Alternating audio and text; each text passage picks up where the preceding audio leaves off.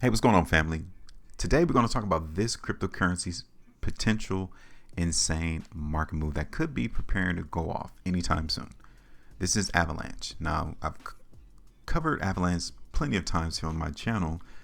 You guys can even see right now that we did a price prediction back in April, and the idea was for a price to trend down. And I mean, needless to say, it didn't even take the market long for it to hit our area of TP, which occurred on April 30th. So we did it on the 24th. 6 days later, it hit that 16.79% market move.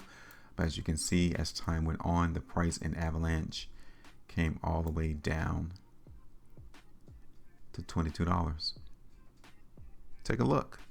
It came down to our last area of buy zone. So you shouldn't be surprised. We talked about this all the way in April. We had these buy zones already delineated on our chart. It didn't hold the first buy zone. It did initially. You guys can tell it did it twice. Here and then there. And then it tried it a third time, but then the buyers wasn't in the market at that price. So the market came down to the second level, bounced, cratered, came all the way down to this third target. So that's how you're able to successfully read the price action without being confused. On the low that occurred there on July the 5th, that's 42.25% market move. So let's clean this chart up. So obviously, if we saw the market in Avalanche go lower during the month of April, May, June, and July, maybe we might see this price go higher. What do you guys think? Because these sell zones here at the top of my chart, they're still applicable because price didn't break it yet. All right. So let's look at this.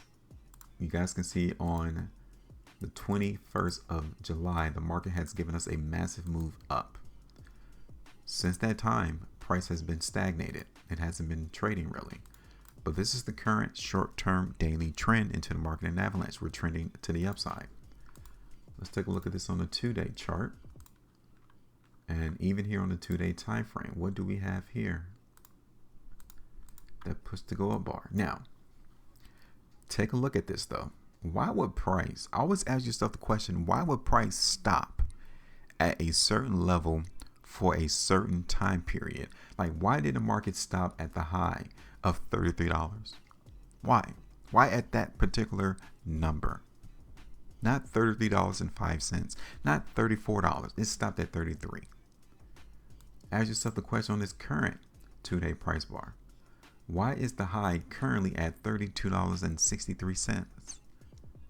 Something is stopping price movement. And the only thing that can stop price from going up is selling. That's the only thing. So we have to realize that there is selling coming into the market in Avalanche right around this price.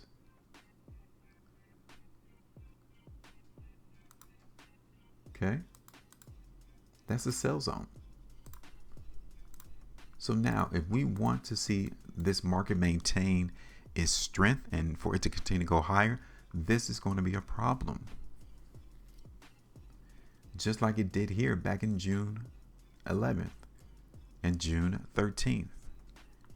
The sellers hit the market at that particular moment in time, and they're still there, obviously. Here's Avalanche on the 3.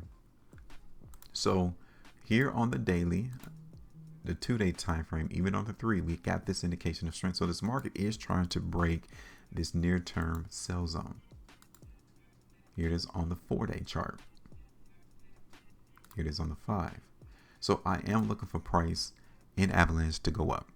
Will it be an insane rally? Maybe not, all because of this sell zone right there. But let's say, for instance, that the buyers are able to break that sell zone. Then this would be my next area up here, around $39.25. Okay, now this is going to be contingent on us seeing Avalanche hold this area.